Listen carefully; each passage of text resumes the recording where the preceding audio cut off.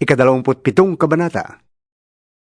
Kinaumagahan, nagpulong ang mga punong pari ng mga Hudyo at mga pinuno ng bayan kung paano nilang may papapatay si Jesus. Kaya siya'y iginapos nila at dinala kay Pilato na siyang gobernador doon. Nang makita ni Judas na si Jesus ay nahatulang mamatay, nagsisi siya at isinauli sa mga punong pare at mga pinuno ng bayan ang 30 salaping pilak. Sinabi niya, Nagkasala ko. Ipinagkanulo ko ang dugo ng taong wala ni bahid ng kasalanan. Ano pakialam namin sa'yo? Bahala ka sa buhay mo! sagot nila. Inihagis ni Judas sa loob ng templo ang mga salaping pilak at pagkaalis doon, siya'y nagbigti. Pinulot ng mga punong pare ang mga salaping pilak. Sinabi nila, Labag sa kautusan na ilagay ang salaping ito sa kabangyaman ng templo sapagkat bayad ito sa buhay ng isang tao. nagkaisa sila na ang salaping iyon ay ibili ng bukid ng isang magpapalayok upang gawing libingan ng mga dayuhan. Mula noon, ang bukid na iyon ay tinawag na Bukid ng Dugo hanggang sa panahong ito. Sa ganitong paraan, natupad ang sinabi ni Propeta Jeremias. Kinuha nila ang 30 salaping pilak. Ang halagang katumbas niya ayon sa mga Israelita at ginamit ito upang bilhin ang bukid ng isang magpapalayok ayon sa inutos sa akin ng Panginoon. Iniharap si Jesus sa gobernador at siya'y tinanong nito. Ikaw nga ba ang hari ng mga Hudyo? Sumagot si Jesus. Kayo na ang may sabi.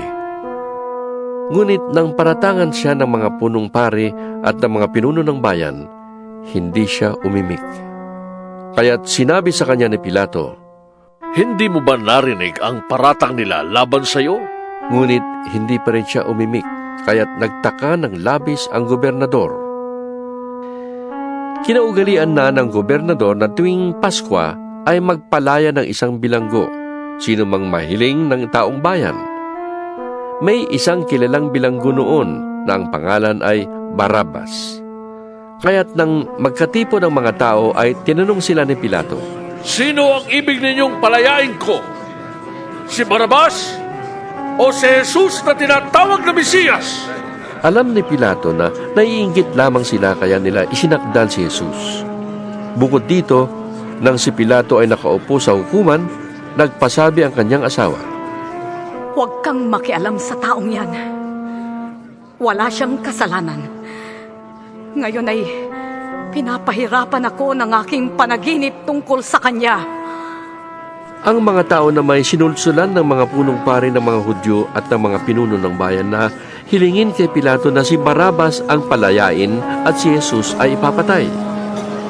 Muli silang tinanong ng gobernador, Sino sa dalawa ang ibig ninyong palayain ko? sigaw ng mga tao. Sinabi sa kanila ni Pilato, Kung gayon, ano ang gagawin ko kay Jesus na tinatawag na Mesiyas?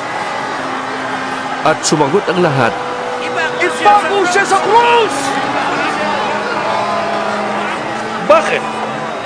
Ano ang nagawa niyang masama? tanong ni Pilato. Ngunit lalo pang lumakas ang kanilang sigawan. Ipako siya sa krus!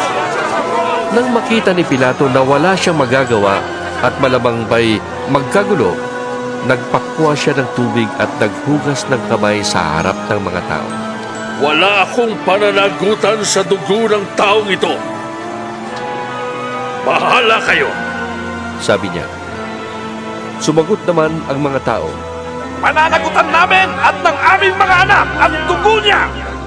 Pinalaya nga ni Pilato si Barabbas at pinahagupit naman si Jesus. Pagkatapos, ibinigay siya sa kanila upang ipako sa krus. Dinala ng mga kawal ng gobernador si Jesus sa palasyo ng gobernador at nagkatipon ang buong batalyon sa paligid niya. Siya'y hinubaran nila at sinuutan ng isang balabal na matingkad na pula. Kumuha sila ng sangang matinik ginawang korona at ipinutong sa kanya. Pagkatapos ay pinahawak siya ng halamang tambo sa kanang kamay. Siya ay ininsulto nila at niluhod-luhuran at pinati ng ganito. Mabuhay ang hari ng mga Hudyo! Siya ay pinagduduraan pa nila. Kinuha nila ang tambo at ito'y inahampas sa kanyang ulo.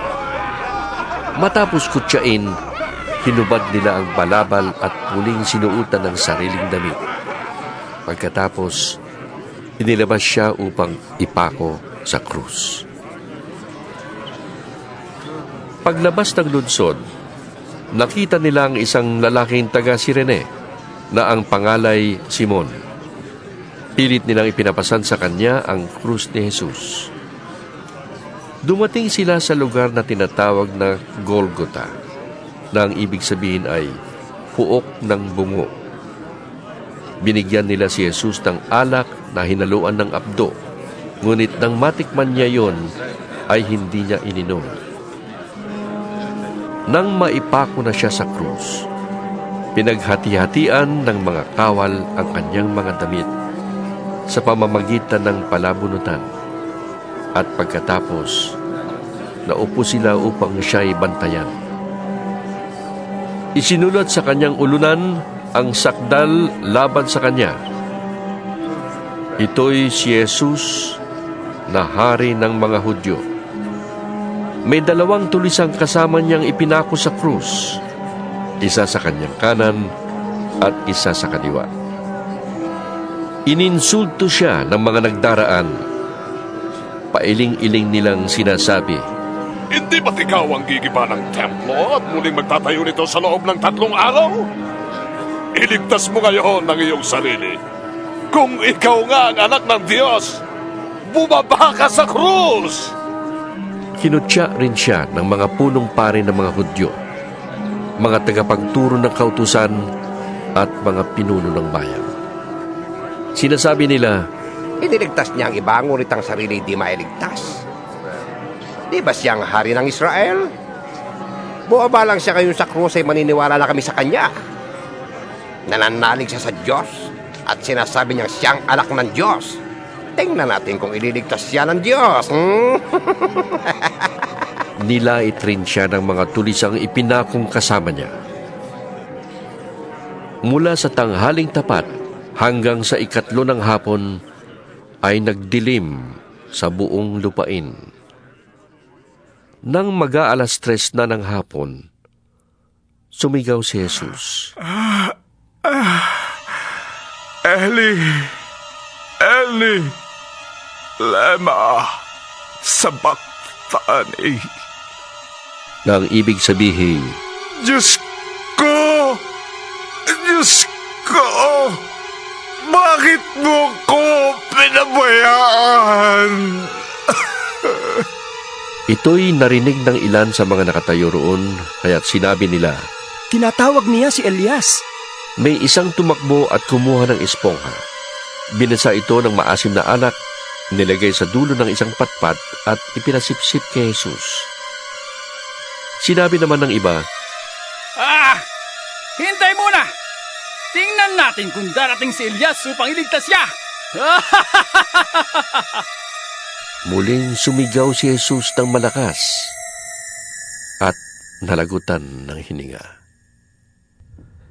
Biglang nahati ang tabing ng templo mula sa itaas hanggang sa ibaba. Nayanig ang lupa at nabiyak ang mga bato. Nabuksan ang mga libingan at muling nabuhay ang maraming banal na namatay. Lumabas sila ng libingan at pagkatapos na muling mabuhay si Jesus, sila'y pumasok sa Jerusalem at nakita roon ng marami. Nasindak ang kapitan at ang mga kawal na nagbabantay kay Jesus nang maramdaman nila ang lindol at masaksihan ang lahat na nangyari. Sabi nila, Tunay na siya anak ng Diyos. naroon ding nagmamasid sa di kalayuan ang mga babaeng mula pa sa Galilea ay sumusunod na kay Jesus at naglilingkod sa kanya. Kabilang sa kanila si Maria Magdalena, si Mariang ina ni Santiago at ni Jose at ang asawa ni Zebedeo. Pagsapit ng dilim, dumating ang isang mayamang taga-Arimatea na ang pangalay Jose. Siya ay tagasunod din ni Jesus. Hiningi niya kay Pilato ang bangkay ni Jesus kaya't iniutos ni Pilato na ibigay ito sa kanya. Kinuha nga ni Jose ang bangkay at binalot ng bagong telang lino. Inilagay niya ito sa kanyang bagong libingan na ipinauka niya sa bato. Pagkatapos, iginulong niya sa pintuan ang isang malaking batong panakip at saka umalis. Kasama sa paglilibing sina Maria Magdalena at isa pang Maria. Nakaupo sila sa tapat ng libingan. Kinabukasan, pagkatapos ng araw ng paghahanda, sama-samang nagpunta kay Pilato ang mga punong pari ng mga Hudyo at ang mga Pariseo. Sinabi nila, Naalala po namin na sinabi ng mapagpanggap na yon nung siya'y nabubuhay pa, na siya'y muling mabubuhay pagkaraan ng 3 araw. Kaya, pabantayan po sana ninyong mabuti ang libingan hanggang sa 3 araw. Baka pumunta doon ang kanyang mga alagad at kunin ang bangkay.